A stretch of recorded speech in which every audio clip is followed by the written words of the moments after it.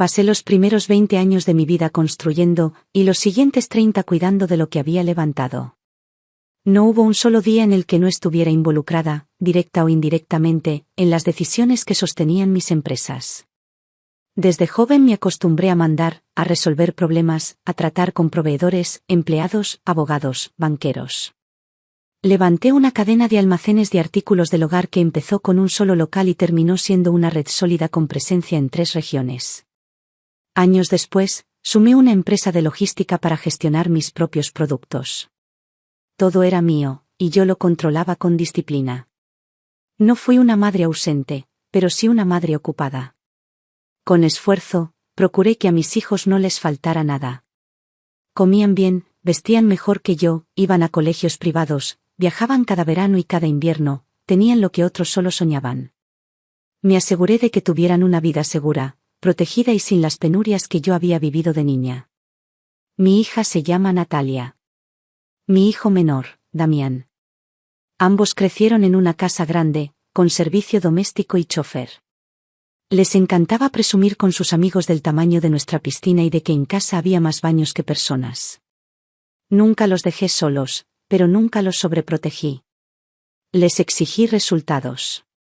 Les enseñé que lo que teníamos no era un regalo, sino el fruto de un trabajo constante, disciplinado y, muchas veces, agotador. Ellos no lo entendieron nunca. Fingían que sí, repetían frases que me escuchaban decir, pero en su interior vivían con el convencimiento de que todo lo que había construido algún día sería completamente suyo, y que les bastaría esperar a que yo no estuviera para tomar las riendas, no para seguir el legado, sino para venderlo y convertirlo en efectivo. Era como si cada metro cuadrado, cada estante, cada inventario, cada cuenta bancaria fuera ya parte de una herencia que no se habían ganado. Cumplí 65 años en abril. Ese año no quise hacer fiesta, aunque insistieron. Yo sabía que no era cariño lo que los impulsaba a celebrar mi cumpleaños, sino la excusa perfecta para reunirse, beber, tomarse fotos, mostrarse en redes. Quería tranquilidad. Los invité a casa a almorzar. Natalia llegó con su marido, que apenas me saludó. Damián vino solo, con resaca, y con la camisa arrugada. No duraron ni 3 horas en casa. Se despidieron como si tuvieran algo urgente que hacer. Después supe que tenían entradas para un espectáculo y que solo venían a cumplir.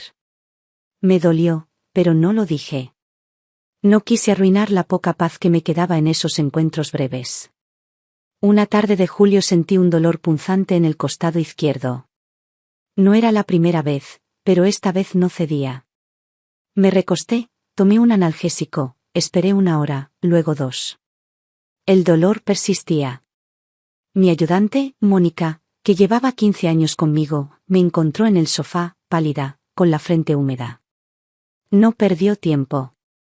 Llamó a la ambulancia. Yo apenas podía moverme. Escuchaba los sonidos a mi alrededor como si estuviera debajo del agua. La sirena se mezclaba con las voces de los paramédicos. Mónica me tomó la mano durante el trayecto. Me decía que no soltara, que todo iba a salir bien. Sentía que mi cuerpo se apagaba, pero mi mente estaba alerta. Tenía miedo, pero no por mí. Tenía miedo de que si algo me pasaba, Natalia y Damián se lanzaran como hienas sobre lo que yo había protegido durante tanto tiempo. Los médicos me estabilizaron. Un fallo renal agudo, dijeron. Estuve inconsciente las primeras 24 horas. Luego volví poco a poco. Mónica nunca se fue. Se turnaba con una enfermera, pero siempre que despertaba, estaba ahí. Me hablaba, me ponía música suave, me leía las noticias. Yo le preguntaba, cuando podía articular palabras, si Natalia o Damián habían venido. Ella desviaba la mirada. Decía que los había llamado. Decía que estaban al tanto. Me decía que no me preocupara, que descansara. Yo asentía, porque no podía hacer más. Una tarde, después de varios días, me sentía un poco más fuerte. Pedí un té. Mónica lo preparó en una taza que había traído de mi casa. Me lo dio con una servilleta doblada en triángulo. La conocía bien. Sabía que los detalles me ayudaban a sentirme en control. Esa tarde, cuando terminamos de hablar de unas cosas menores del negocio, le pregunté directamente si mis hijos me habían visitado. No podía moverme bien, pero mis ojos estaban fijos en los suyos. Mónica se quedó en silencio. Me miró con pena. Me dijo que no habían venido. Que el mismo día que me internaron, se juntaron en la casa de Natalia con varios amigos. Que celebraron. Que abrieron botellas caras. Que pusieron música fuerte. Que hubo ruido hasta la madrugada. Que algunos vecinos incluso se quejaron. Que no les importó. Que cuando los llamó para decirles que yo estaba delicada, rieron.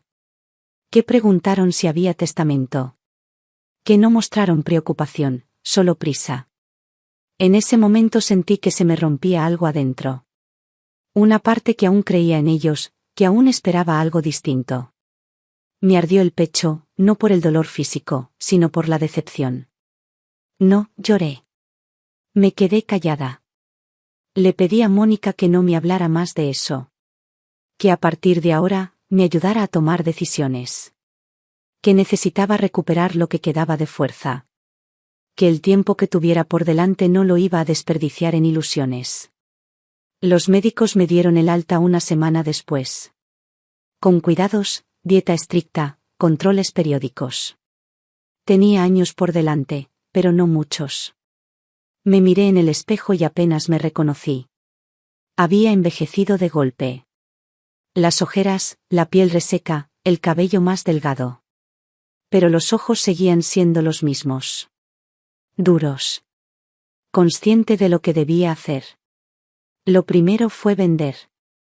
Me reuní con mi contador, mi abogado y Mónica. Les dije que vendieran todo. Las tiendas, la logística, los activos, los inmuebles, las marcas. Que todo se hiciera de forma limpia, transparente, rápida. Que no se supiera. No quería escándalos ni llamadas de familiares que aparecieran de la nada. Ellos acataron. En menos de 6 semanas todo estaba resuelto. Un fondo extranjero adquirió la totalidad del paquete. Se firmaron los papeles. Se transfirieron los fondos. Me senté en mi despacho por última vez, miré por la ventana, cerré la computadora y me fui. Después modifiqué mi testamento. Quité a Natalia. Quité a Damián. A sus parejas. A sus hijos. Dejé todo a una fundación infantil. Niños huérfanos, niños en pobreza extrema, niños que nunca tendrán siquiera una posibilidad sin ayuda. Ese dinero, ese esfuerzo, esa vida de trabajo, no iba a terminar en las manos de 2 personas que solo sabían gastar. Quería que sirviera para algo real. Compré un boleto a Tailandia. Mónica me acompañó los primeros días. Me ayudó a instalarme en una casa pequeña cerca del mar. Los médicos locales supervisaban mi tratamiento. Yo escribía, leía, salía a caminar. Nadie me conocía. Nadie me pedía nada. Por primera vez en años, era solo yo. Yo, sin mis empresas, sin mis hijos, sin el peso del pasado. Natalia y Damián se enteraron por boca de un abogado. Recibieron una carta cada uno. Explicaba que no quedaban propiedades, que el dinero había sido donado, que yo había decidido vivir mis últimos años lejos, en paz. Supieron que no había nada que reclamar. Nada que pelear. Su enojo llegó en forma de correos electrónicos que no respondí. Llamadas que no contesté. Comentarios públicos en redes que Mónica me leía y luego borraba. No me afectaban. Me daban lástima. Nunca supe si aprendieron algo. No era mi deber corregirlos más. Les di una vida cómoda, posibilidades, educación, apoyo. No quisieron aprender. Y cuando más necesité un gesto de humanidad, me dieron la espalda. Ese fue su error, no el mío. Pasaron los años. Pocos, pero suficientes. No volví a hablar de ellos. No los mencioné en mis últimas cartas. En mi diario, escribí una frase muchas veces: lo importante no es lo que dejas, sino lo que evitas que te quiten. Los primeros días en Tailandia me supieron a silencio. Silencio de verdad. No el que duele, sino el que te permite escuchar lo que has estado postergando dentro de ti durante años. Me instalé en una pequeña casa frente al mar, construida en madera clara, con techos bajos y una galería desde la cual podía ver las olas romper. No era lujosa, pero estaba limpia, fresca, con lo justo. Me bastaba. Después de una vida rodeada de excesos innecesarios, necesitaba volver a lo esencial. Dormir bien. Comer a mi ritmo. Escuchar los sonidos de la mañana sin tener que pensar en balances ni reuniones. Mónica me acompañó durante los primeros 20 días.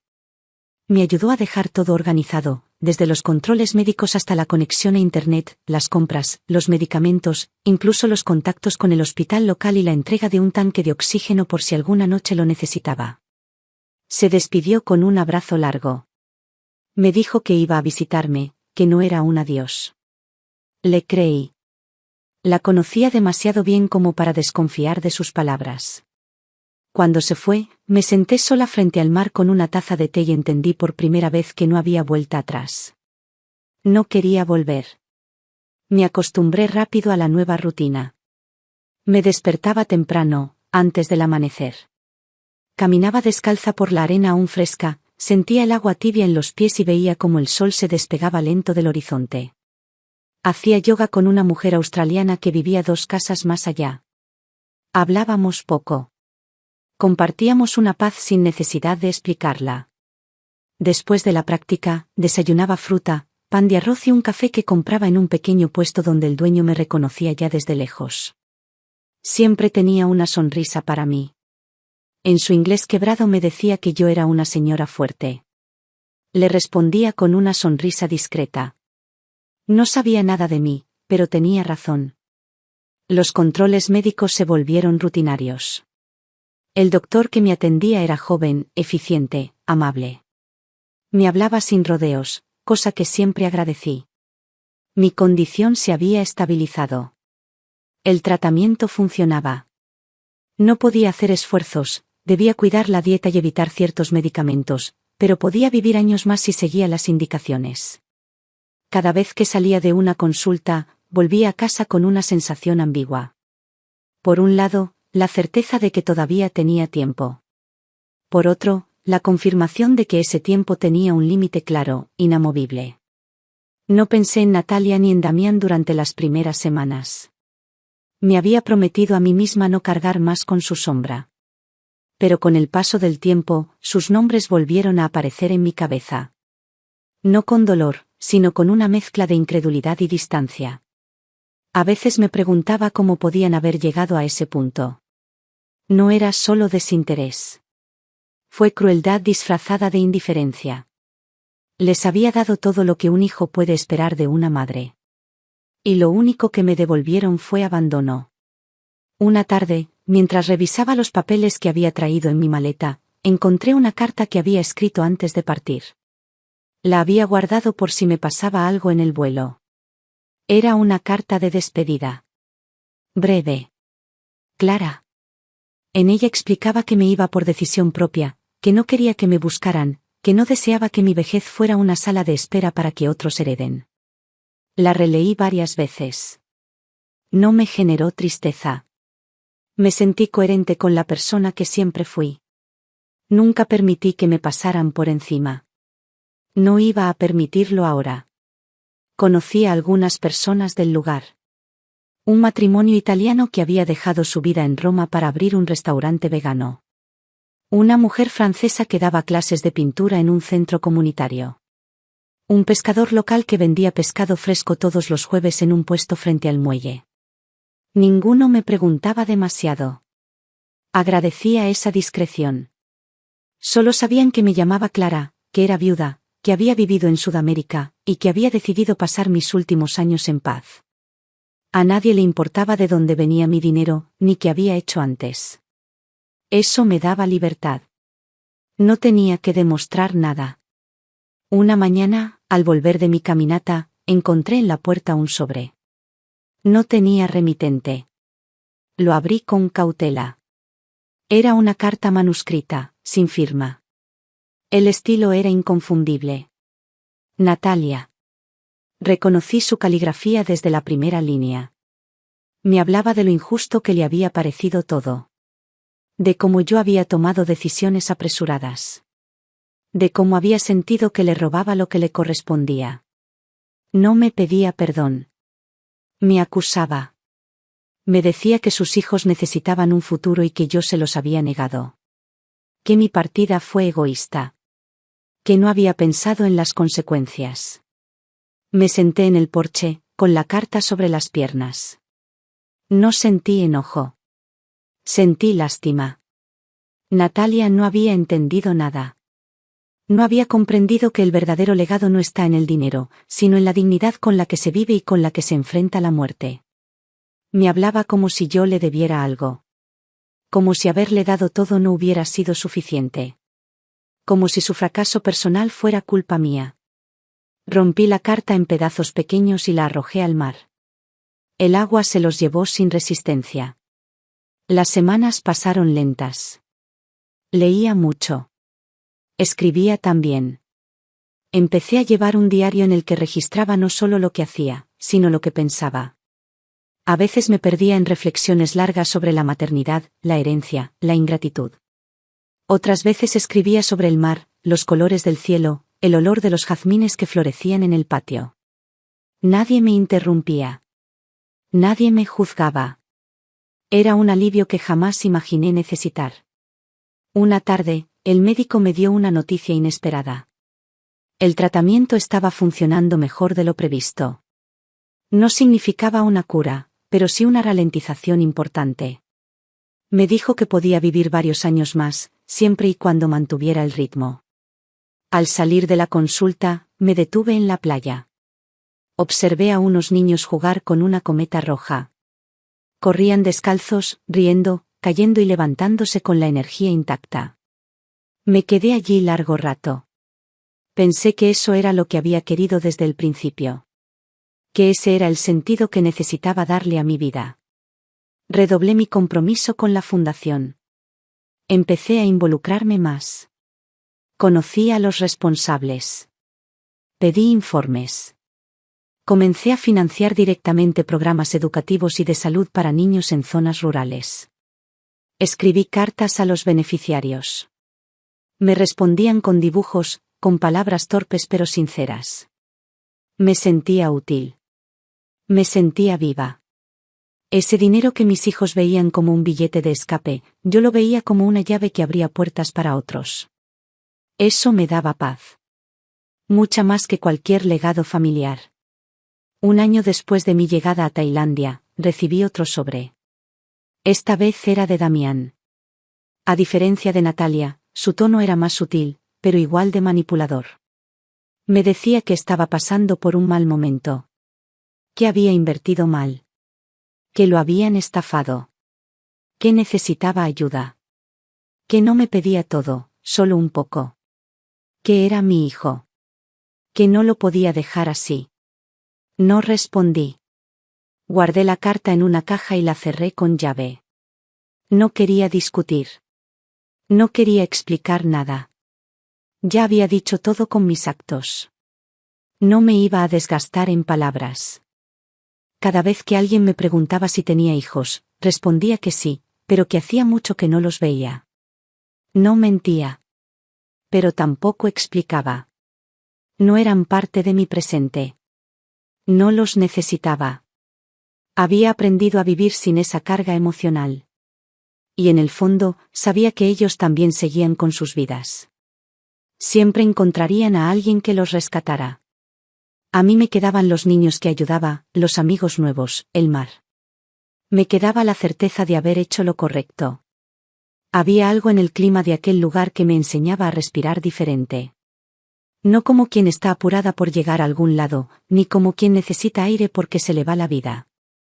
Respirar despacio, sin urgencia, sin tensión.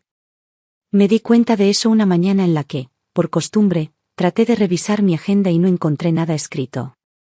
Había vivido tantos años siguiendo un orden estricto, de lunes a domingo, que tener una hoja en blanco me causó vértigo. Pero fue solo ese día. Al siguiente, ya no lo sentí como vacío, sino como libertad. Estaba aprendiendo, a los 65 años, a vivir sin reloj. Cada semana tomaba un taxi hasta la pequeña sede de la fundación en la ciudad. Me gustaba ver el avance de los proyectos, conocer los nombres de los niños, escuchar los informes. Empecé a colaborar en decisiones estratégicas, no porque me lo pidieran, sino porque tenía experiencia y tiempo. Lo hacía sin títulos, sin cargos, sin aplausos. Sabía que lo que aportaba tenía impacto real, y eso bastaba. Al principio me veían como una señora extranjera que venía a curiosear. Luego comprendieron que hablaba con conocimiento y que no me interesaba figurar. Me gané su respeto sin buscarlo. Mantenía contacto con Mónica a través de correos cada 2 semanas. Me contaba novedades, me mandaba fotos del jardín de la casa en la que habíamos vivido tantos años. Se encargaba de los trámites pendientes, de pagar ciertos impuestos, de cuidar detalles que yo ya no podía manejar desde tan lejos. Se ofreció a visitarme para Navidad, pero le pedí que no lo hiciera. No porque no quisiera verla, sino porque necesitaba mantener ese mundo atrás. Tailandia se había convertido en otra vida. Más simple, más limpia, más verdadera. A veces llegaban noticias del país. Me enteraba de la inflación, de las elecciones, de la crisis energética. Nada de eso me tocaba ya. Había dejado atrás la ansiedad por controlar lo incontrolable. Y también había dejado atrás los nombres de Natalia y Damián. No los pronunciaba, no los evocaba. Cuando pensaba en mi pasado, lo hacía como si hablara de otra mujer. Como si Clara, la empresaria, la madre trabajadora, hubiera muerto el día que la ambulancia me llevó al hospital. Y de alguna forma, así fue. Lo que quedó después era otra cosa. Más pequeña, más verdadera, menos decorada. Con el tiempo, la salud se estabilizó de manera casi milagrosa. El tratamiento renal, los cuidados, la comida sin sal, el descanso.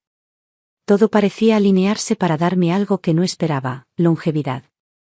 El médico me dijo que no podía prometerme nada, pero que los indicadores eran mejores cada mes.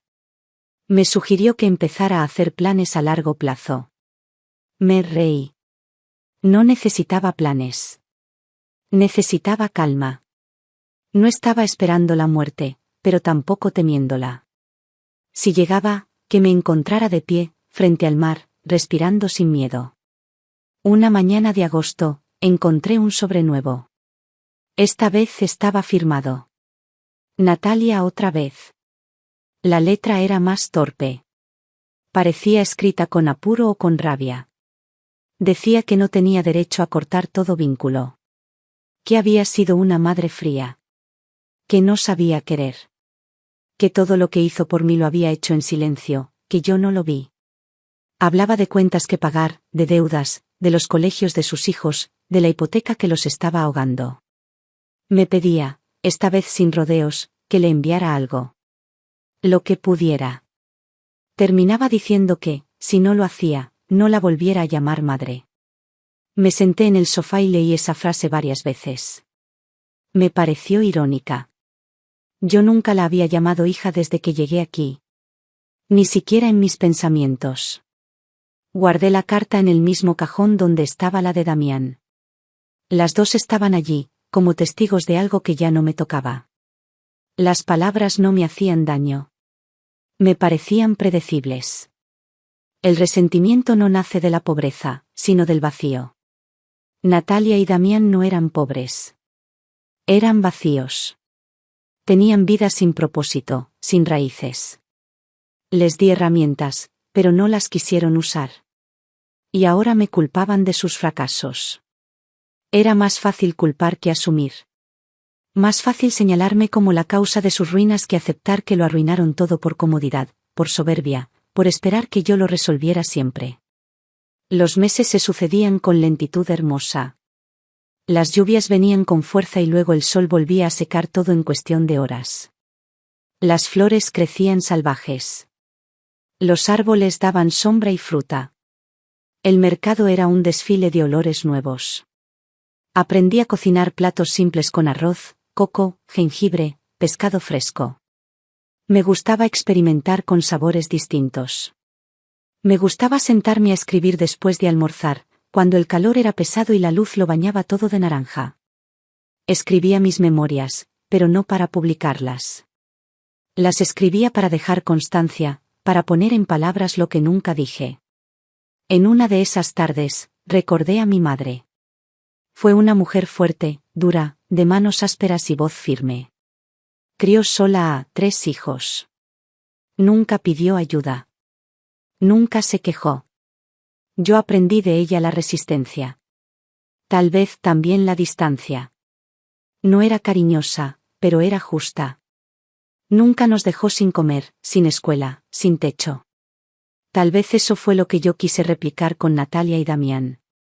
Creí que lo material bastaba si lo acompañaba de orden, de educación, de posibilidades.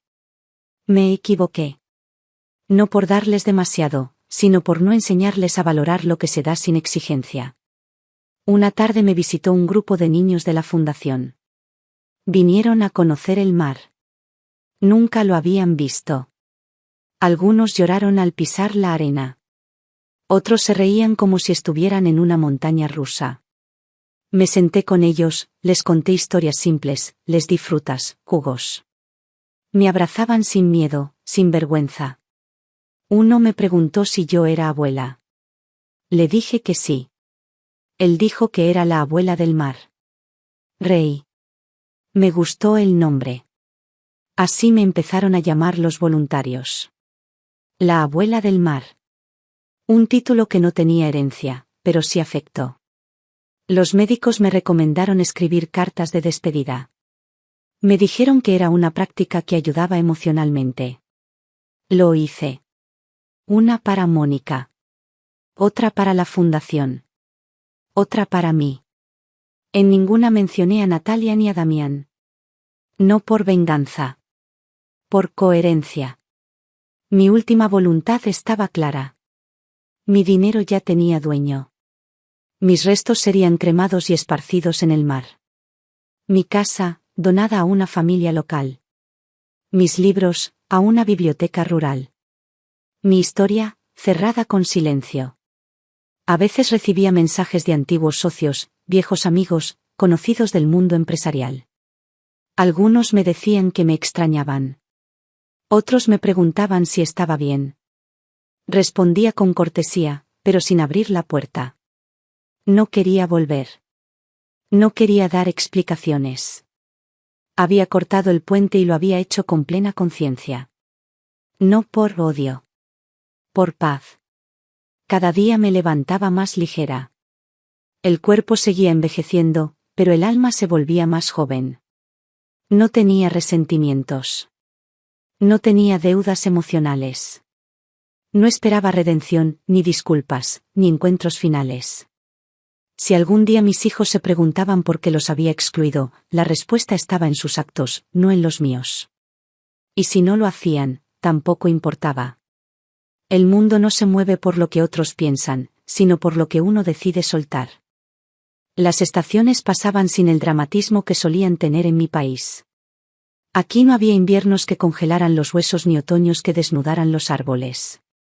Todo parecía moverse a otro ritmo, como si el tiempo estuviera más relajado, menos exigente. En la ciudad donde vivía, la gente caminaba despacio. Saludaban sin apuro, ofrecían una sonrisa sin calcularla, vivían con una serenidad que al principio confundí con pereza. Después entendí que era sabiduría. No vivían para trabajar. Trabajaban lo justo para vivir. Y no se avergonzaban de eso. Yo, que durante más de 4 décadas viví de reuniones, llamadas urgentes, planes de negocios, auditorías, cotizaciones y estrategias de mercado, tuve que desintoxicarme del ruido. Me tomó meses aprender a disfrutar una tarde sin hacer nada. Me tomó aún más tiempo dejar de pensar en términos de utilidad. Pero un día me di cuenta de que llevaba horas sentada frente al mar sin sentir culpa. Sin querer resolver nada. Solo observando cómo bajaba el sol. Ese día supe que había cambiado. El doctor me confirmó en una de las revisiones que mis valores seguían estables. Ya no hablábamos de enfermedad, sino de condición crónica manejada. Me dijo que tenía por delante varios años más y seguía cuidándome. No lo celebré. No necesitaba más años. Necesitaba buenos días. Y esos ya los tenía. Saludé al doctor con respeto y volví a casa caminando despacio. Compré mangos frescos en el mercado. Me senté en la terraza y los comí uno por uno, sin pensar en calorías ni en azúcar. El jugo me corrió por los dedos, y no me importó. Me sentí viva, simple y rotunda. Los niños de la fundación venían cada tanto a pasar el día conmigo. No eran visitas organizadas. Venían cuando podían, cuando querían. Algunos me traían dibujos. Otros, cartas que dictaban a los voluntarios. Uno de ellos, Tao, tenía un don para el ajedrez. Lo descubrimos una tarde en que encontró un tablero viejo que me había regalado un amigo alemán. Jugamos una partida y me ganó sin esfuerzo. Desde entonces, cada vez que venía, me desafiaba. A veces le ganaba. La mayoría de las veces, no. Me encantaba verlo pensar. Ver cómo sus ojos se concentraban, cómo sus manos se movían con decisión. Tao tenía 10 años y una inteligencia silenciosa, aguda. Le doné libros, una computadora, clases. Quería que tuviera las oportunidades que mis propios hijos nunca supieron valorar. Una tarde recibí un sobre diferente. No venía ni de Natalia ni de Damián. Era de una abogada que decía representar a ellos dos. Me informaba de una solicitud para revisar el testamento, argumentando que yo no estaba en plenas facultades mentales al momento de firmarlo. Decían que mi decisión había sido influenciada por terceros, que mi aislamiento voluntario podía ser interpretado como señal de vulnerabilidad emocional. Me acusaban de haber sido manipulada por Mónica. Decían que ella me había convencido de alejarme, de regalar mi fortuna, de vivir escondida. Me reí al leerlo. Reí con ganas. No de alegría, sino de incredulidad. Ni siquiera fueron capaces de aceptar una decisión como adulta. Necesitaban una excusa. Una historia en la que yo fuera débil, víctima, controlada. ¿Por qué no podían aceptar la verdad, que los había dejado fuera porque no merecían estar dentro? Llamé a Mónica. Le conté lo que había llegado. Me dijo que ya lo esperaba. Que su abogada estaba preparada. Que no había forma legal de revertir nada. Que estaban intentando ganar tiempo, generar presión, ensuciar. Le agradecí por haberme cuidado, por no responder a sus provocaciones. Le pedí que no me contara más del tema. Volví a la playa al día siguiente. Caminé más de 1 hora. Mis piernas dolían, pero no me detuve. Necesitaba soltar el enojo que esa carta había traído. No era tristeza. Era una mezcla áspera de decepción y desdén. Pensé en la primera vez que llevé a Natalia a la escuela. En cómo lloró cuando me fui. Pensé en Damián aprendiendo a andar en bicicleta. Pensé en todas las noches que pasé en vela cuidándolos cuando se enfermaban, en las veces que dejé reuniones importantes para atenderlos. Todo eso había sido real. Pero ya no importaba. Lo que vino después anuló lo anterior. No porque fuera más fuerte, sino porque fue más claro. Durante las semanas siguientes, me llegaron otras cartas, otros intentos legales, otras amenazas disfrazadas de preocupaciones. Mónica las filtraba. Solo me mostraba lo que yo debía ver. No había nada serio, nada firme. Solo patadas de ahogado. Mis hijos, o lo que quedaba de ellos en mi memoria, eran ahora figuras distantes, borrosas. Me daban lástima. Habían llegado al punto de necesitar justificar su ambición a través del victimismo. No los odiaba. Pero tampoco los perdonaba. Porque el perdón no siempre se da. A veces, simplemente se deja de necesitar. Una noche soñé con mi madre. Estábamos en la cocina de nuestra vieja casa, la de cuando yo tenía 8 o 9 años. Ella picaba cebolla y me hablaba de cosas sencillas, del precio de las papas, del clima, de una vecina que se había mudado. En el sueño, no había reproches ni emociones grandes. Solo una calma doméstica.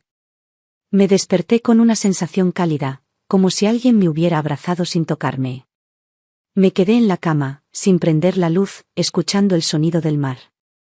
Pensé que, si podía volver a ver a alguien antes de morir, no sería a mis hijos. Sería a ella. A mi madre. A esa mujer que hizo todo con tan poco, que no se quejaba, que me enseñó con el ejemplo. Ella nunca tuvo nada. Pero me dejó todo. En otra visita a la fundación, conocí a una niña nueva. Se llamaba Suni. Tenía una mirada triste, pero educada. No hablaba mucho. La directora me contó que venía de una familia rota, que la habían dejado al cuidado del Estado después de años de maltrato. Me senté con ella durante el almuerzo. Compartimos arroz con verduras y agua con limón. Le ofrecí una pulsera que llevaba puesta. Una pulsera sencilla, de hilo, con una pequeña piedra. La tomó sin decir palabra. La guardó como si fuera un tesoro. Desde ese día, cada vez que iba, se sentaba a mi lado. No hablábamos mucho. Nos alcanzaba con estar cerca. Suni me recordó que el amor no siempre se da con palabras. Mi vida se volvió más ligera. No necesitaba viajes ni cenas caras. No quería volver a hoteles lujosos ni a autos con chofer. Tenía una bicicleta vieja que usaba para ir al mercado. Tenía una red de contactos que no me pedía nada. Tenía libros, música, flores. Y tenía memoria. No para quedarme en el pasado, sino para no repetirlo. A veces pensaba qué diría la gente si supiera dónde estaba. Seguramente inventarían historias. Dirían que me fui loca, que me engañaron, que me deprimí. Nadie diría la verdad, que me cansé. Que un día miré a mi alrededor y supe que ya no tenía sentido seguir dándole a quienes solo sabían tomar. Que decidí usar lo que tenía para algo que valiera la pena. Pasó otro año. No sabría decir en qué momento exacto lo supe, pero en algún punto entendí que ya no esperaba nada de nadie. Ni noticias, ni disculpas, ni llamadas que llegaran por sorpresa. Me di cuenta una tarde en la que llovía fuerte y el cielo estaba tan gris que parecía de plomo.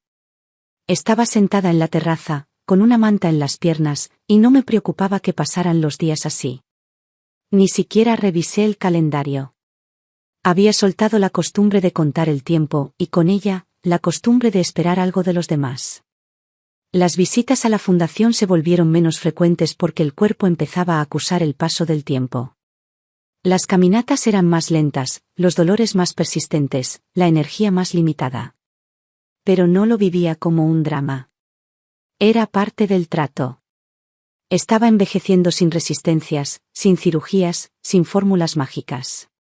Me levantaba cada mañana agradecida por estar viva, pero también en paz con la idea de que ese regalo podía acabarse en cualquier momento. Había aprendido a despedirme todos los días un poco, sin lágrimas, sin escándalos. Un día, mientras regaba las plantas del jardín, llegó un sobre distinto. No era como los anteriores. No venía de abogados ni de antiguos contactos. Venía escrito a mano por alguien que no reconocí de inmediato. Al abrirlo, leí un nombre que no esperaba, Vera. Era una prima lejana que no veía desde hacía más de 20 años.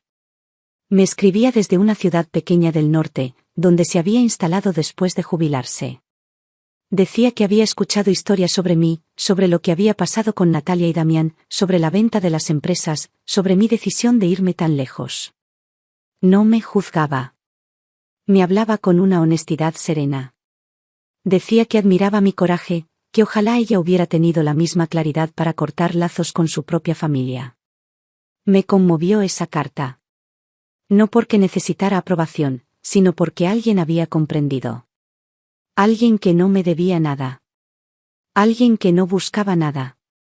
Solo compartir un pensamiento. Le respondí. Con cuidado, con lentitud. Le conté cómo era mi vida, sin idealizarla. Le hablé del calor, del mar, de los mangos dulces, de los niños que me visitaban, de las cartas que rompía sin leer. Le dije que ya no creía en el deber de mantener vínculos solo porque haya sangre de por medio. Que una madre puede criar, alimentar, sostener, pero no puede obligar a nadie a quererla. Y que cuando no hay afecto verdadero, lo único digno es el silencio. Seguimos escribiéndonos durante meses. Vera me enviaba postales antiguas, fotos de su jardín, recetas que intentaba cocinar con poco éxito. Yo le respondía con relatos simples de mi día a día, con fotos de los niños, con pequeñas reflexiones que escribía por las tardes. No era una amistad intensa, pero era sincera. Y eso bastaba. A esa edad, uno no necesita intensidad. Necesita verdad. Una mañana, Mónica me llamó. Me sorprendió su tono. Estaba más serio de lo habitual. Me dijo que había recibido una notificación judicial. Natalia y Damián habían iniciado un proceso formal para declarar mi testamento como inválido. Querían abrir una investigación sobre mi estado mental al momento de firmarlo.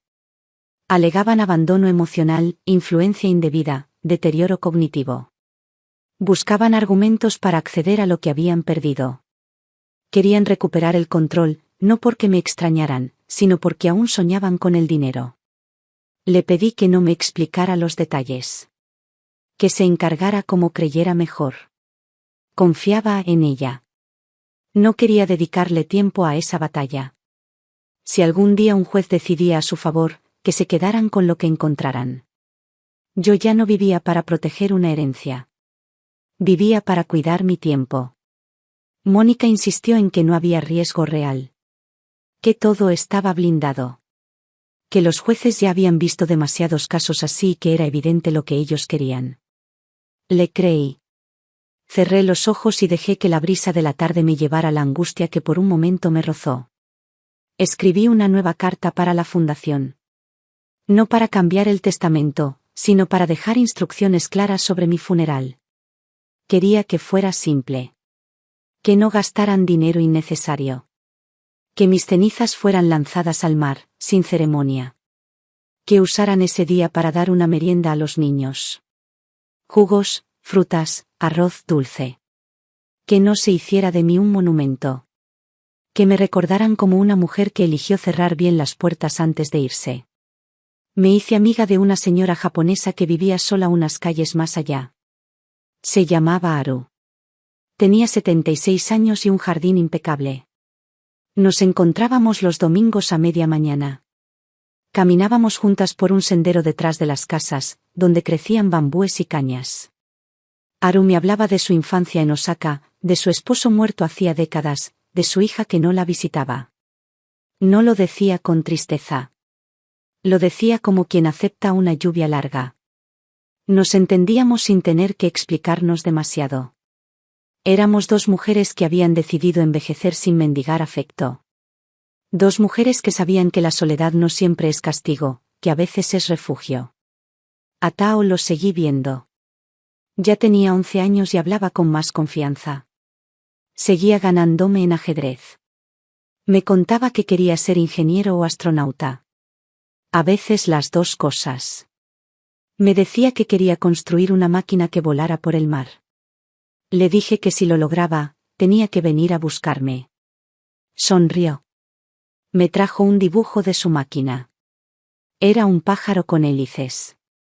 Lo colgué en la pared del comedor. A veces lo miraba y pensaba que todo el dinero que había regalado valía solo por ese dibujo. El tiempo se volvió más liviano. Los dolores seguían, pero no eran enemigos. Eran recordatorios.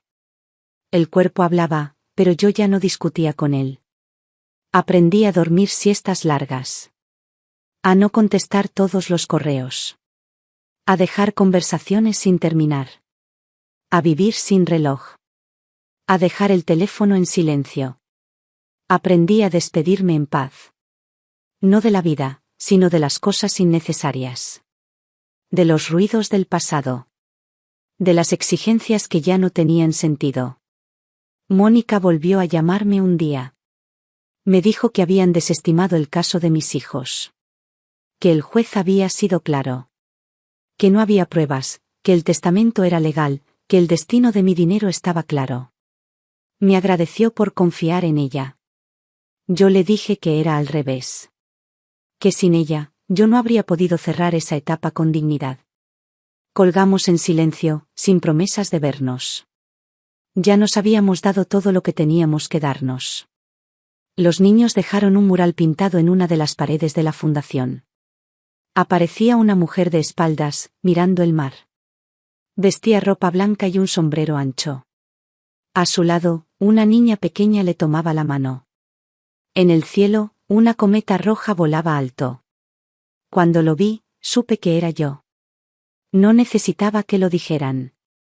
Me vi ahí, sin rostro, sin nombre, pero completa. Y supe que, aunque algún día mis cenizas se fueran con las olas, alguien en algún lugar recordaría lo que hice. Y eso bastaba. Los días comenzaron a parecerme regalos envueltos en papel fino. Cada mañana que me encontraba viva y lúcida la recibía como quien abre una carta antigua. No tenía planes grandes, ni proyectos pendientes. Me despertaba sin reloj, salía al jardín y agradecía. No a un dios, ni a una fuerza mística. Agradecía al tiempo, a mi cuerpo, a la claridad que aún tenía. Me sentía privilegiada por no depender de nadie, por tener aún la mente entera, por poder decidir qué comer, qué leer, qué pensar. Comencé a escribir con más constancia. No solo en el diario personal, sino en un cuaderno grande de tapa dura donde intentaba narrar mi vida como si la estuviera dejando para otra mujer. No como legado, sino como advertencia. Escribía los días de infancia con mi madre, los años de lucha para levantar la empresa, las noches sin dormir mientras cuidaba enfermos o hacía cuentas con una calculadora en la cocina. Escribía sobre los fracasos que nadie vio, sobre las veces que estuve a punto de vender todo por cansancio, sobre cómo lloré a escondidas en los baños de hoteles de lujo cuando todo parecía marchar bien pero yo me sentía vacía. No embellecía nada. No buscaba compasión. Solo quería dejar constancia de la verdad. Una mañana, mientras organizaba unos papeles, encontré una foto vieja. Era de Natalia, de pequeña. Tenía unos 8 años.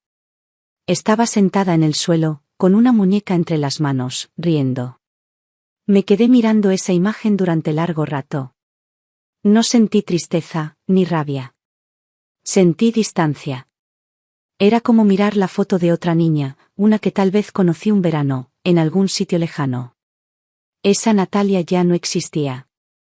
Y si existía, estaba enterrada debajo de capas de ambición, de quejas, de exigencias disfrazadas de amor. Pasó algo extraño unos días después. Tao llegó a casa con una mujer. Era su madre. Había venido a conocerme, dijo. Quería agradecerme por ayudar a su hijo, por las clases, por los libros, por el apoyo a la fundación. No hablaba inglés, así que Tao tradujo. Yo no esperaba ese encuentro. Me tomó por sorpresa. La mujer me miraba con una mezcla de respeto y afecto que me desarmó.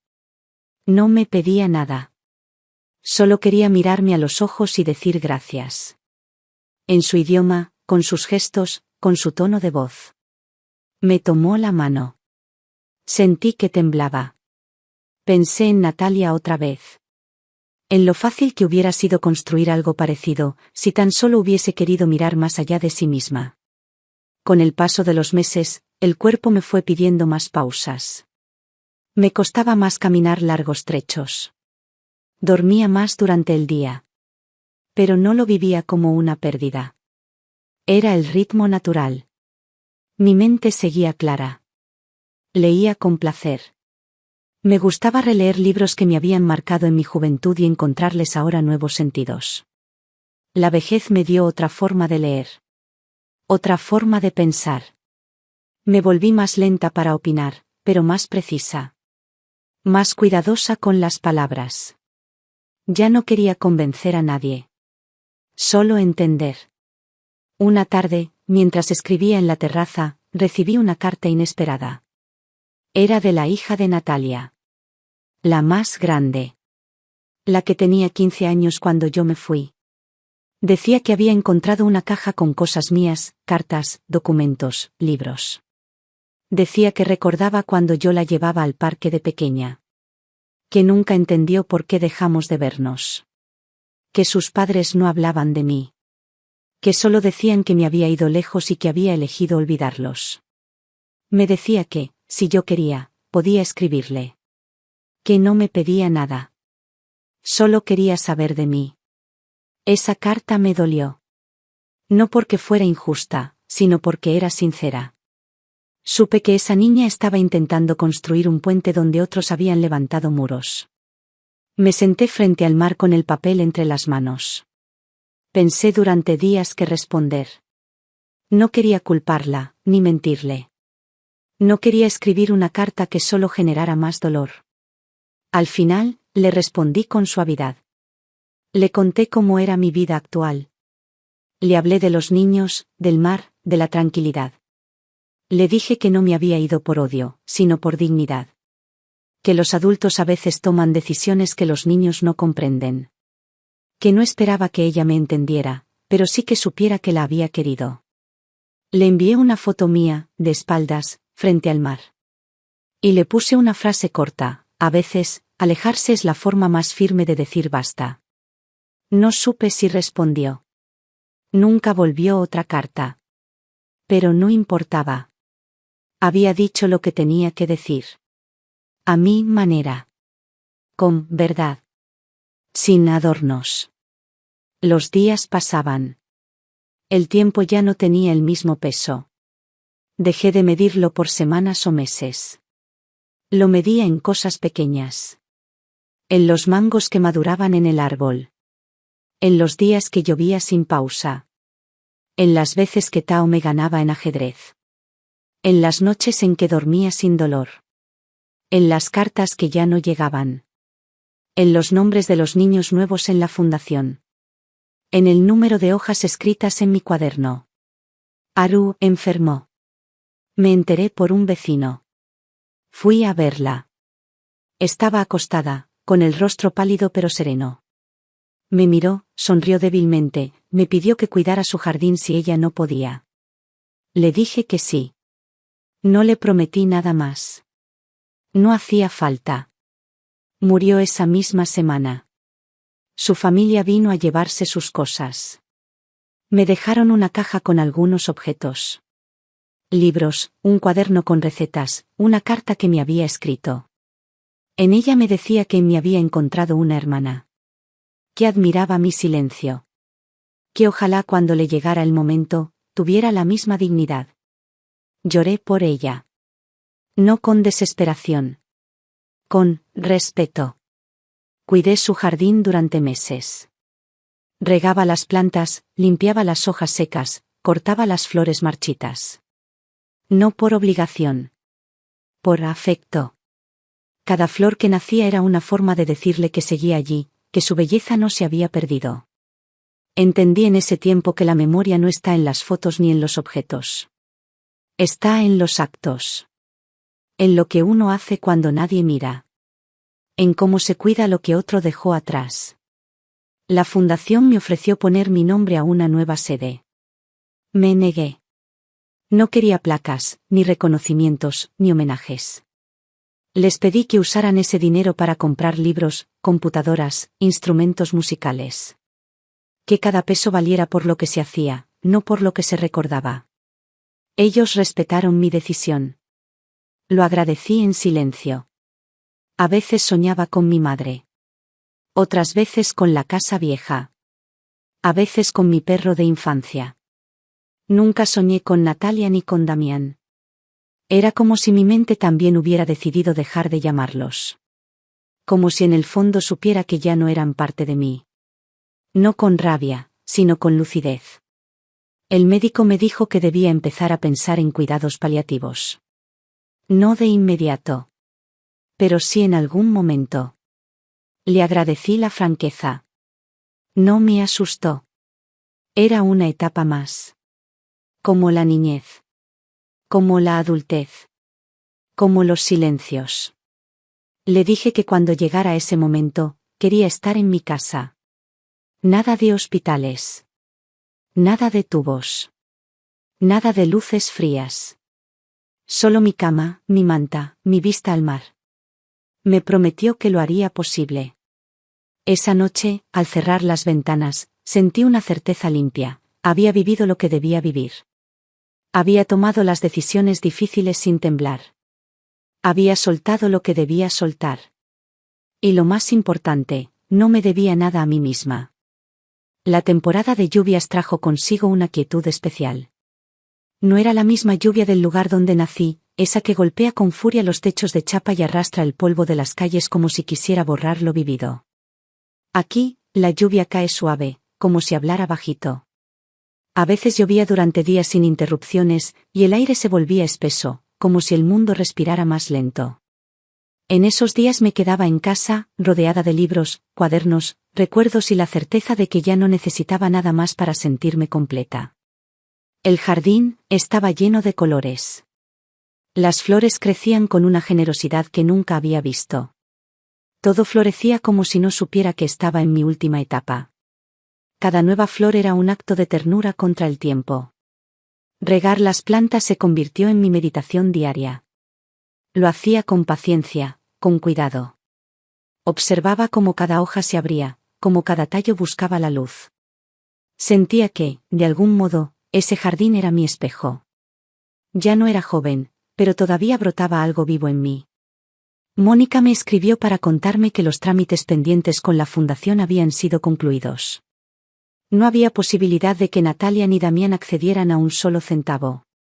Me decía que la fundación estaba creciendo, que los fondos estaban siendo bien utilizados, que los programas escolares en zonas rurales se estaban expandiendo. Me hablaba de cifras, de informes, de nuevas propuestas. Yo solo pensaba en los niños. En Tao. En Suni. En los que nunca conocí y tal vez nunca conocería, pero que algún día leerían, comerían, estudiarían gracias a una mujer que decidió dar en lugar de dejar. No sentía orgullo. Sentía alivio. Alivio de haber roto la cadena. Alivio de no haber cedido a la culpa que a veces pesa más que la sangre. Mis hijos no fueron víctimas. Fueron beneficiarios de todo y constructores de nada. Lo que hicieron con su parte del mundo no fue culpa mía. Yo les di las herramientas. Que no las usaran fue su elección. Una mañana recibí la visita del médico. Me explicó, con su voz siempre serena, que los análisis mostraban un descenso paulatino en mi función renal. Me habló de complicaciones futuras, de alternativas paliativas, de opciones médicas que podrían aliviar sin prolongar. Lo escuché en silencio. No tenía miedo. Le agradecí su claridad. Le pedí que cuando llegara el momento, no me llevaran al hospital.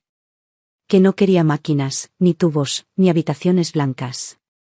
Que mi final debía ser en mi casa, en mi cama, con el sonido del mar y el olor del jardín. Me dio su palabra. A partir de ese día, empecé a despedirme de las cosas. No de golpe, sino con sutileza.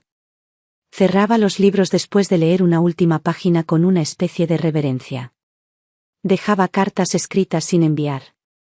Observaba el atardecer como si cada uno pudiera ser el último. No lo hacía con tristeza. Lo hacía con conciencia.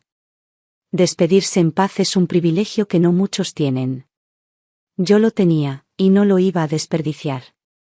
Una tarde Tao vino solo. Había crecido.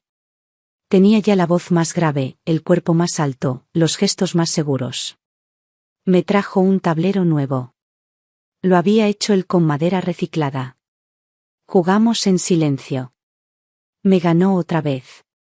Me dijo que iba a estudiar ingeniería, que había obtenido una beca gracias a los programas de la fundación. Me miró a los ojos y me dijo gracias. No como un niño. Como un hombre joven que sabía lo que significaba haber recibido algo real. Le pedí que no dejara de venir, aunque yo ya no pudiera jugar. Me prometió que sí. Me creí esa promesa. Escribí una carta para él esa misma noche. Le conté cosas que no había dicho a nadie. Le hablé de mis errores, de mis dudas, de los días en que tuve miedo. Le conté cómo fue ser madre de 2 hijos que terminaron lejos, no por distancia, sino por vacío. Le dije que el amor sin respeto es solo una forma de chantaje. Le dejé esa carta junto con una pequeña caja con uno de mis relojes antiguos. El único que había guardado. No por el valor, sino por lo que representaba, tiempo. Me tomé mi última foto poco después. Estaba sentada en la galería, con un vestido blanco, el mar de fondo y una flor en el cabello.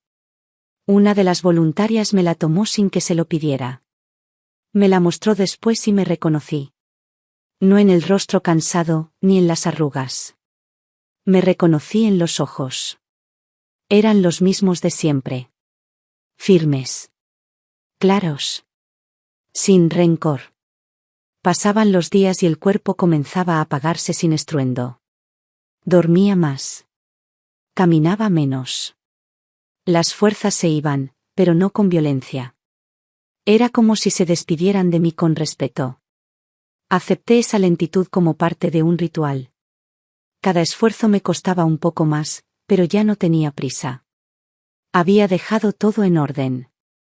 El cuaderno con mis memorias estaba terminado. Las cartas que quería escribir, enviadas. Las visitas hechas. Las palabras dichas. Un mediodía de calor espeso recibí una carta inesperada. Esta vez venía del esposo de Natalia. Nunca se había comunicado directamente conmigo. Me decía que lamentaba muchas cosas, que entendía que no podía pedirme nada, pero que quería que supiera que las cosas no estaban bien. Decía que Natalia había caído en una depresión profunda. Que los hijos la evitaban. Que el dinero se había ido. Que ahora entendía cosas que antes no veía. Me hablaba con una mezcla de culpa y súplica.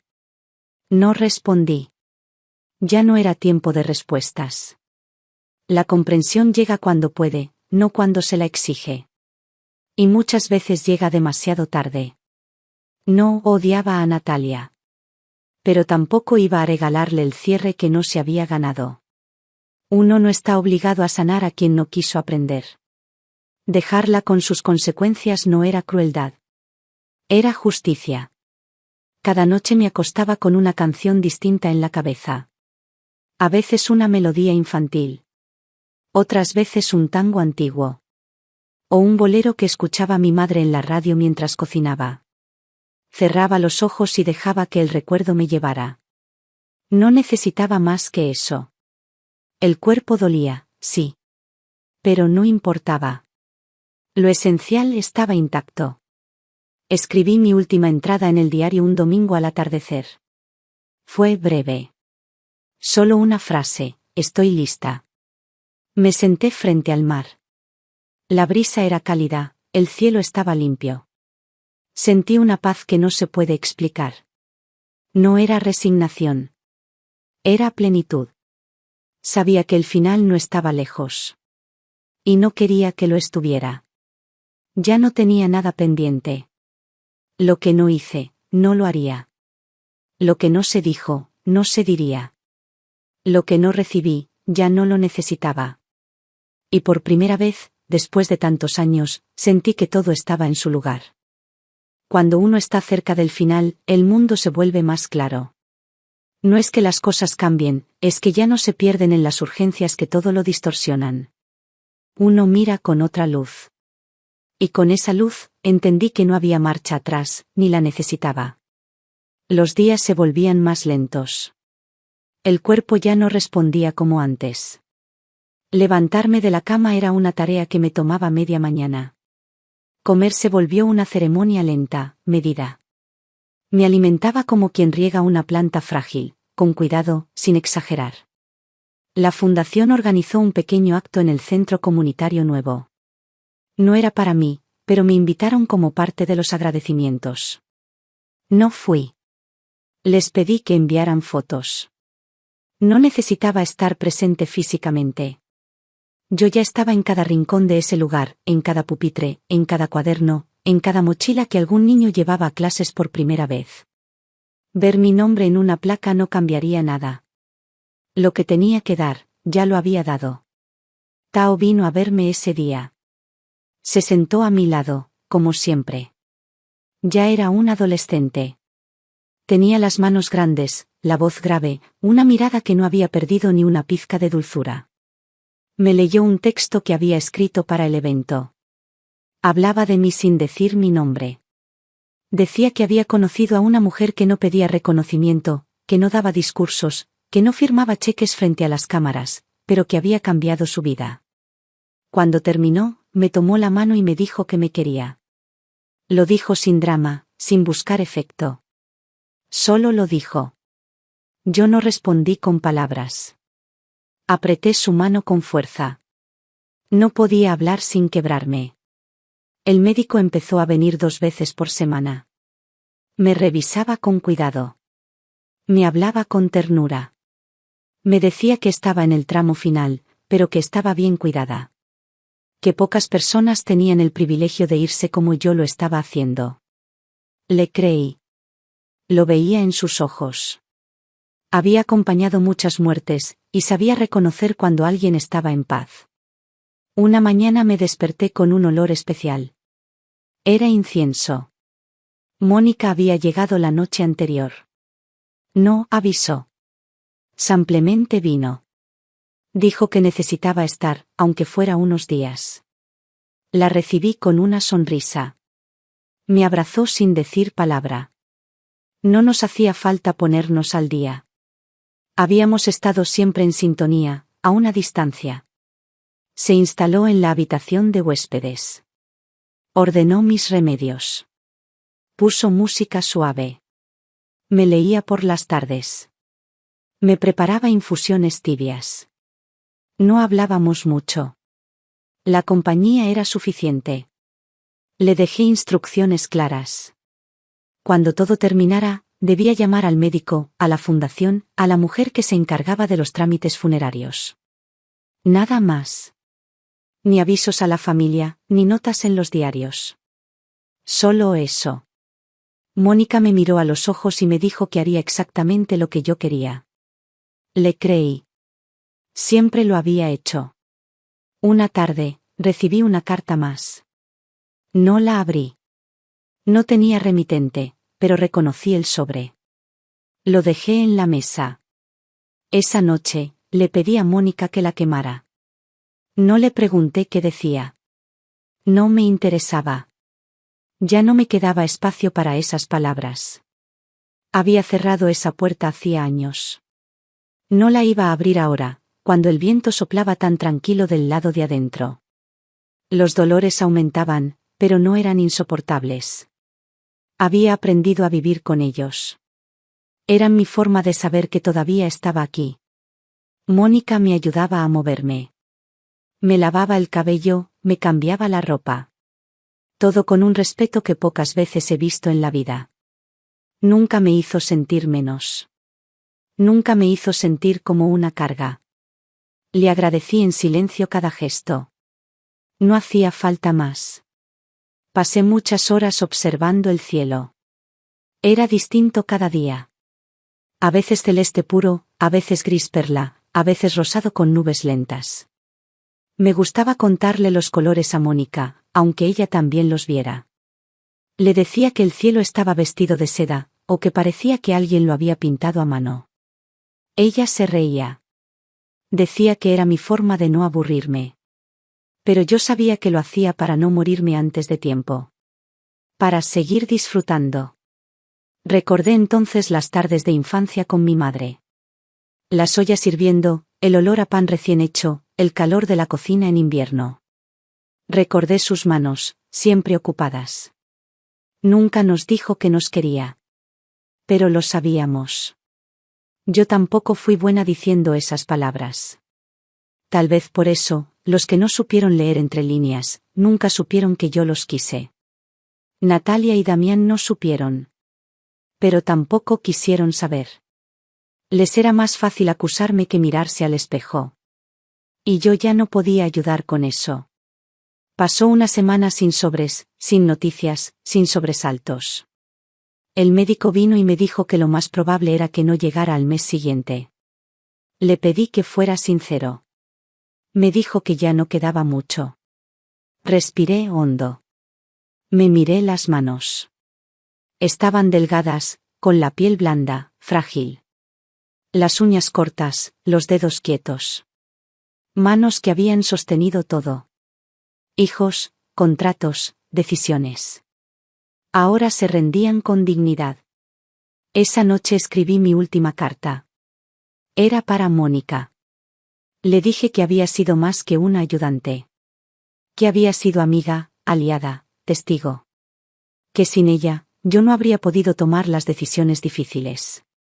Que le debía mi libertad. Le pedí que, después de mi partida, se tomara unos meses para ella. Que viajara. Que descansara. Que no dejara que el duelo le pesara más de lo necesario. Le dejé un dinero guardado, aparte del que ya sabía. Para ella, sin condiciones. La vida, en esos días, se volvió una espera amable. No una condena. Una preparación. Cada sonido, cada aroma, cada rayo de luz era un recuerdo en construcción. Mónica me leía en voz alta pasajes de libros que había amado. Fragmentos de mujeres que también habían envejecido sin temor. Nos reíamos a veces. Otras solo respirábamos juntas. El día que supe que todo estaba por terminar, no tuve miedo. Lo sentí en el cuerpo. En cómo la energía ya no subía, en cómo los ojos se cerraban sin orden. Me puse un vestido blanco. Le pedí a Mónica que me dejara sola un rato. Me senté en la terraza, envuelta en una manta. Miré el mar. Escuché su ritmo. Pensé en los niños. Pensé en las flores. Pensé en Tao. En Suni. Pensé en mi madre. Pensé en mí, en esa mujer que fui y que ya no era. Y sentí que todo, incluso el dolor, había valido la pena. El día siguiente amaneció sin sol. Una niebla espesa cubría la playa, y el mar apenas se adivinaba tras una cortina blanca que lo hacía parecer más lejano, más profundo. La humedad lo cubría todo, y sin embargo, dentro de la casa había una paz nueva. El aire estaba quieto, como si el mundo contuviera la respiración en respeto. Dormí muchas horas. Desperté cuando Mónica me trajo una taza de té con jengibre y limón. Me ayudó a sentarme, con una delicadeza que parecía un gesto sagrado. No hablamos. Sus ojos estaban brillosos, pero su rostro era firme. Me acomodó la manta en las piernas y abrió una de las ventanas para que entrara la brisa. Afuera, los pájaros no cantaban. Todo era silencio, incluso el mar. El mar, ese viejo compañero, también había bajado el tono. Me sentía liviana. No había fiebre, ni dolor fuerte, solo un agotamiento profundo. Ya no podía sostener un libro, ni levantar una taza sin ayuda. Pero aún tenía pensamientos claros. Lo supe porque dentro de mí no había confusión. Todo tenía su lugar. Cada recuerdo estaba donde debía estar. Cada persona, también. Pasé ese día mirando las fotos que había dejado Mónica en una caja. No eran muchas. Una de mí con mi madre, en blanco y negro, en la cocina. Otra, más reciente, con Tao en el jardín. Una más de la casa, tomada desde la playa. No había imágenes de Natalia ni de Damián. No porque las hubiera borrado, sino porque ya no las necesitaba. La memoria selectiva no siempre es una forma de negación. A veces es una forma de cuidado. Había decidido recordar solo lo que me daba paz. Por la tarde, Mónica se sentó a mi lado y me leyó algunos fragmentos de las cartas que había recibido la fundación. Palabras de niños, de maestros, de voluntarios. Me hablaban como si aún estuviera caminando entre ellos. Me llamaban Abuela del Mar, ese nombre que había nacido sin querer y que ahora era parte de mi historia. Sonreía al escucharlo. Nunca lo rechacé. Era, tal vez, la identidad más auténtica que había tenido. Después se levantó, me arropó mejor y se sentó cerca, con un libro entre las manos. Yo cerré los ojos. Escuché su voz mientras leía. No recuerdo qué libro era. Solo recuerdo el tono. Y cómo ese tono me arrullaba. El tiempo pasaba sin medida. No importaba qué hora era. No esperaba a nadie. No quería nada. No me quedaba nada por pedir. Al día siguiente me sentí más débil. Me costaba hablar. Mónica me preguntó si quería que viniera el médico. Le dije que no con un leve movimiento de cabeza. Ya no hacía falta. Ella lo entendió. Todo estaba listo. Todo estaba en su sitio. Los días siguientes fueron breves. Dormía casi todo el tiempo. Soñaba cosas vagas, como ecos de otras vidas. Sentía el aroma del pan de mi madre, la risa de Tao, el calor de los brazos de Aru. No eran visiones, ni fantasmas. Eran presencias suaves, sin forma, que venían a despedirse. Me dejaban sensaciones, no palabras. Y con eso bastaba. Una noche, me desperté a la medianoche. Todo estaba en silencio. Afuera, la luna iluminaba la playa. Mónica dormía en una silla, al lado de la cama. Me quedé observándola. Pensé en cuánto le debía. En todo lo que hizo por mí sin buscar reconocimiento. Le acaricié la mano sin despertarla. Cerré los ojos. No había tristeza. Había gratitud. Al amanecer, sentí que era el día. No por un dolor, ni por un signo visible. Era algo interno. Una certeza tranquila. Como cuando se apaga una vela sin viento. Respiraba despacio. No tenía miedo. Sentía el cuerpo tan ligero que era como si ya no me perteneciera. Mónica me dio un sorbo de agua. Me limpió el rostro con un paño húmedo. Me dijo que estaba hermosa. No supe si era verdad. Tampoco importaba. A mí me bastaba con que fuera ella quien lo dijera. Ese día, el mar volvió a sonar. No con furia. Con fuerza. Como si me recordara que estaba allí, que me esperaba. Mónica abrió las ventanas. El aire entró con aroma a sal y flores húmedas. Todo estaba limpio, como recién lavado. En algún momento, entre un suspiro y otro, dejé de sentir el peso del cuerpo. No hubo estruendo, ni dramatismo. Fue como dormirse en brazos de alguien que uno ama. Sin preguntas. Sin cuentas pendientes. Mónica me tomó la mano hasta el último momento. No lloró en voz alta. Me lo contó después, en la carta que escribió a la fundación. Dijo que me fui como había vivido los últimos años, en silencio, sin pedir nada, dejando huellas sin hacer ruido. Cumplió con todo lo que le pedí. Llamó al médico. Llamó a la mujer que se encargaría de la cremación. Preparó mi habitación con flores simples.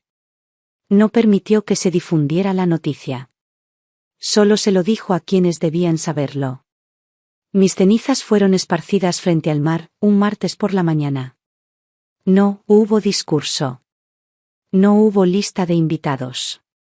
Solo Tao, Suni, algunos voluntarios, y la mujer que dirigía la fundación. Mónica llevó una flor blanca y la dejó flotar sobre el agua. Tao se quitó los zapatos, entró al mar hasta las rodillas, y lanzó una piedra pequeña que había guardado desde niño. Dijo que era mi piedra de la suerte. Nadie habló después. No hacía falta. La casa quedó cerrada por unos días. Luego fue entregada a una familia local, como estaba escrito. La madre trabajaba en un taller textil.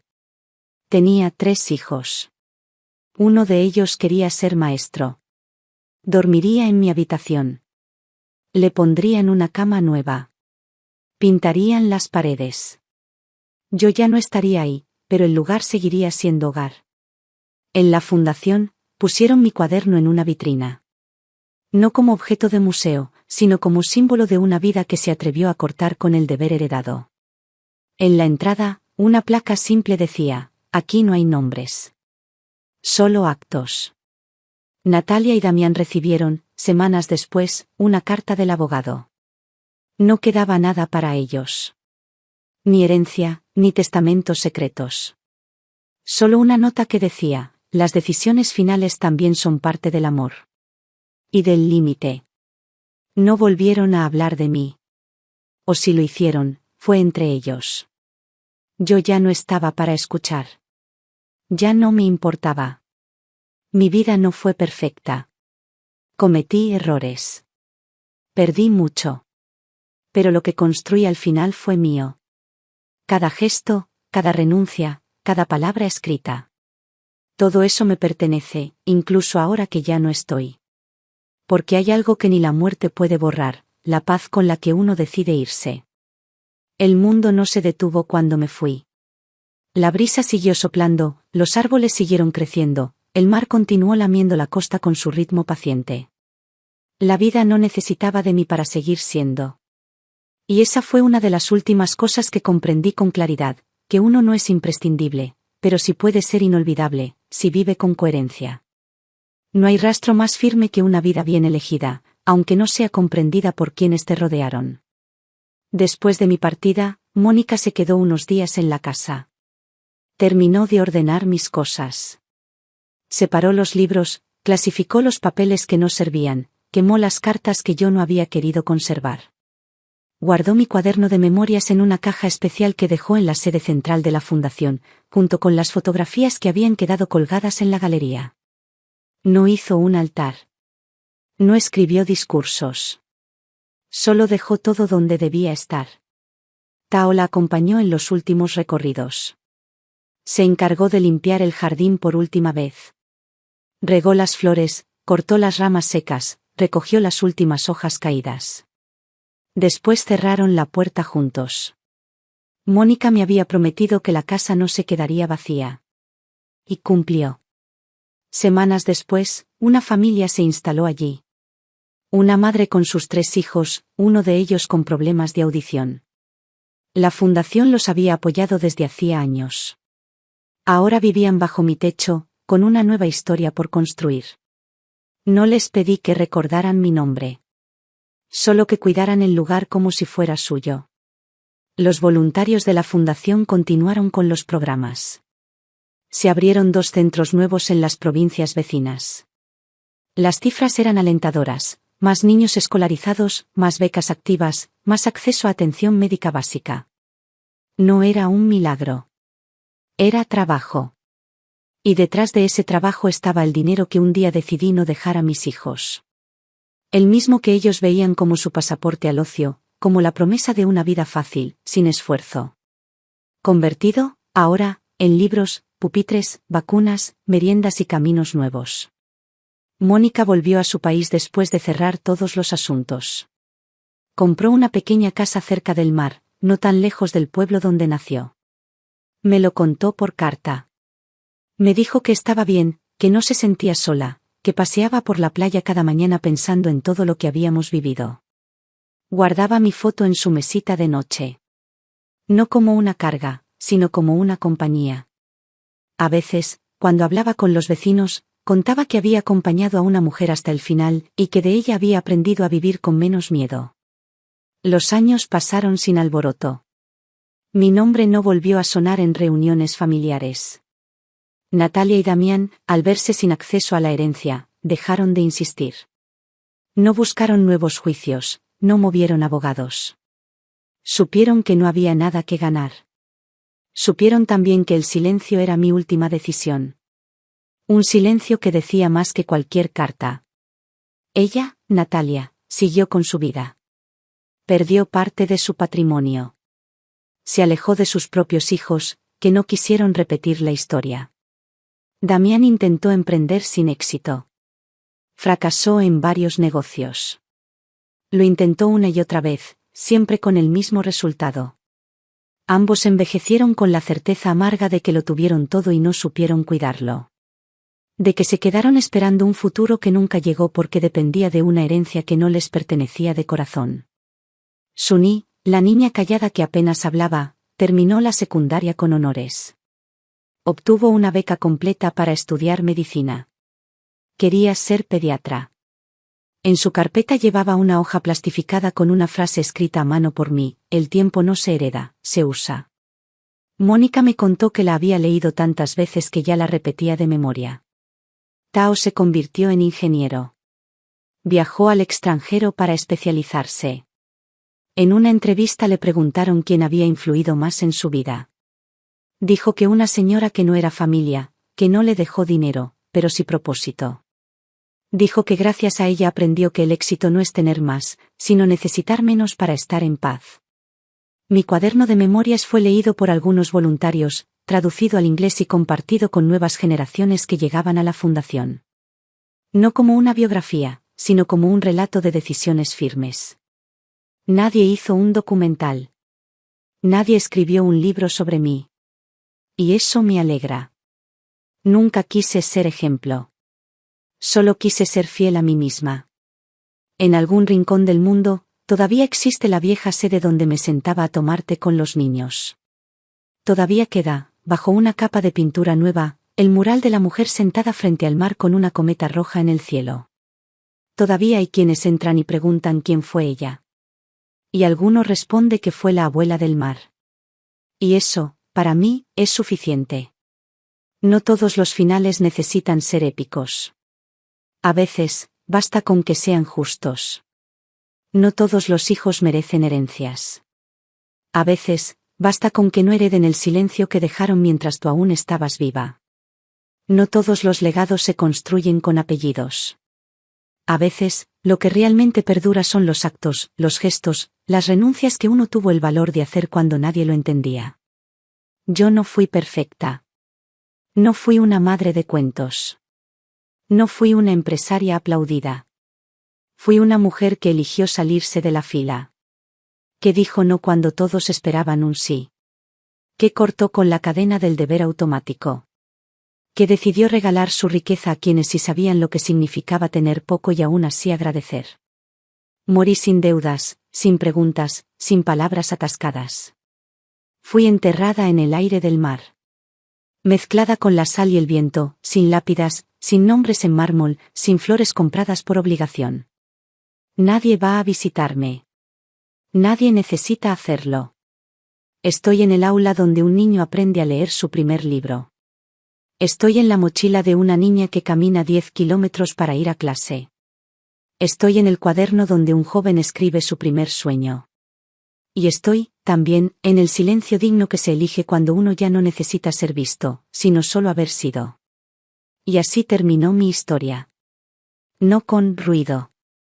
No con lágrimas. Sino con una verdad simple que me acompañó hasta el último aliento. Vivir no es acumular. Vivir es saber cuándo soltar.